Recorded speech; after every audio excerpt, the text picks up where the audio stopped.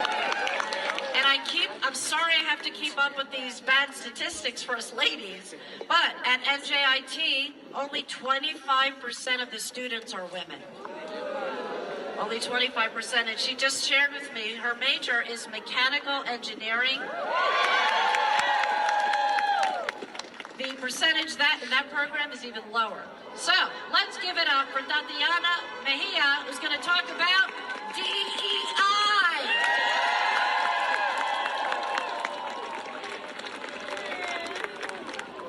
Good afternoon, everyone, and thank you so much for attending this event today. Especially considering that today is International Women's Day. Give it up, please, everyone. Thank you so much for attending. Like it was said before, my name is Tatiana Mejia, and I'm a sophomore mechanical engineering student attending NJIT. And I was asked to come here today not only to celebrate Women's Day and be able to hear about all of your guys' stories and being able to see all the support from you people, but I'm here to speak about the new shift in political landscape regarding DEI and how these programs the dismantling of these programs is going to affect women as a whole, not only in higher education, but in corporate, in the workplace, and many other different landscapes.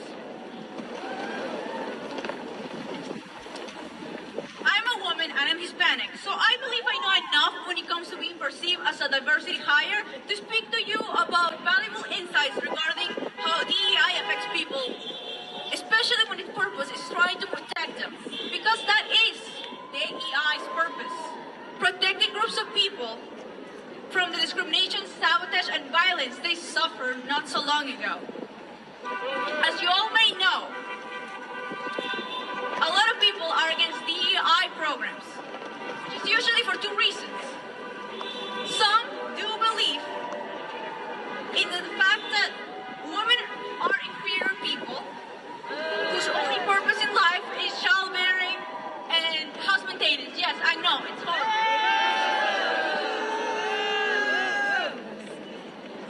And they believe that women shouldn't have opportunities or aspirations because a man will be doing a better job at any job anyway, that a woman can just be taken care of by a man, and that not leaving home is good for children's psyche while they grow up.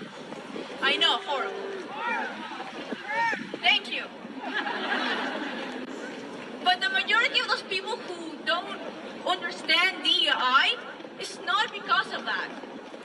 They do support women's independence, and being part of a male-dominated field and attending NJIT, I can tell it's just a misunderstanding. These people, this support from these people who are usually not affected by DEI and anti-discrimination policies do support women. And this support these people throughout history, and I'm going to specifically talk about American history, has allowed minorities to win many fights. We're all aware. This is why you see so many different types of people here today, which again, thank you so much for coming. The support of many different people has allowed minorities to win many fights, leading to this precedent that right now we know, in which women can study, work, and have dreams that they wouldn't have been allowed to have 55, 60 years ago. But that is the thing. We have done such a good job implementing programs like DEI that a lot of people think we have won the battle already. These people don't understand that systematic discrimination still exists, or at least it exists in such a level that if we get rid of different policies for anti-discrimination to supposedly achieve true equality to take over, it will roll back many progress we have done as a society. Many people believe that when it comes to progress, that DEI causes reverse discrimination. I think you all have heard that word before, right? Reverse discrimination, reverse racism. I know. Thank you for saying. They believe that the existence of programs like DEI causes companies, universities, or many different types of programs to have a certain quota of different people that they need to meet, leading to opportunities being taken away from those who supposedly deserve it, because they think we don't. And I think that is the core of the issue that needs to be explained and it needs to be fought over so we as a society can understand, so we can bring more allies to our side. As a woman in STEM, you never know if somebody's ready to be welcoming or if it's ready to bring you down. Because our existence threatens some people. Thanks to DEI, usually people are not too obvious though. That's the thing. Sometimes it's just passive-aggressive comments or a dismissal or an outright snarky remark. We become successful because we have to prove ourselves. It's kind of glad that programs like DEI are gone because that means that guys or society in general cannot just point my success and say that, oh, you only got where you are because of they.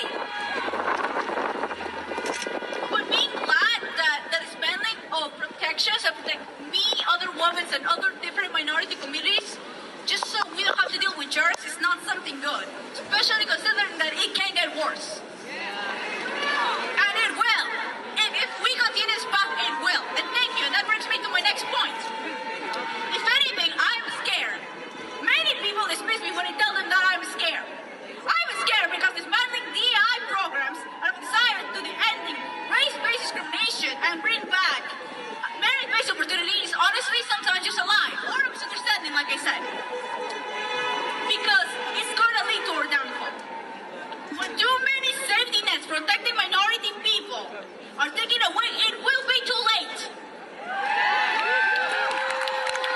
Obviously, majority of people want merit-based opportunities. Who sane person wouldn't want that? I don't think anybody is disagreeing on that. Everybody wants to make sure that people get what they deserve, in good and bad ways. If you are capable for an opportunity, go ahead. But you see, America had opportunities since the beginning of its founding to have merit-based opportunities. The reason we have programs like DEI is because it made sure it didn't. America has a history of treating black people, women, Native Americans, the LGBTQ plus communities, disabled people, and anybody else who doesn't fit the standard of a cis white straight male from having their humanity recognized. And this was not so long ago. All of you may have grandparents, or maybe somebody else in this crowd remembers when you saw a lot of marches. Maybe somebody here was just a little kid when they heard about the assassination of MLK. It has not been that long. Just in the 70s was when women's marches really started to start off.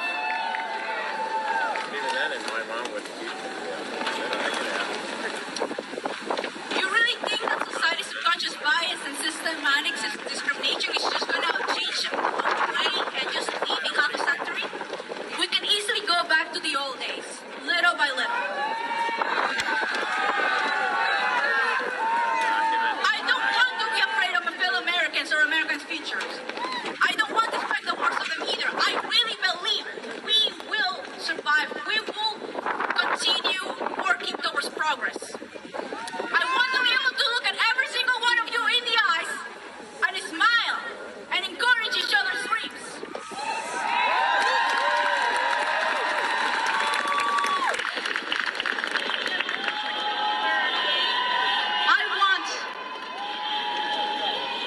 I want to be able to believe that we can build a future that Susan B. Anthony Connor, that Dr. Martin Luther King dreamt of, that all activists that have ever walked on earth will be proud of. And I believe we can do it.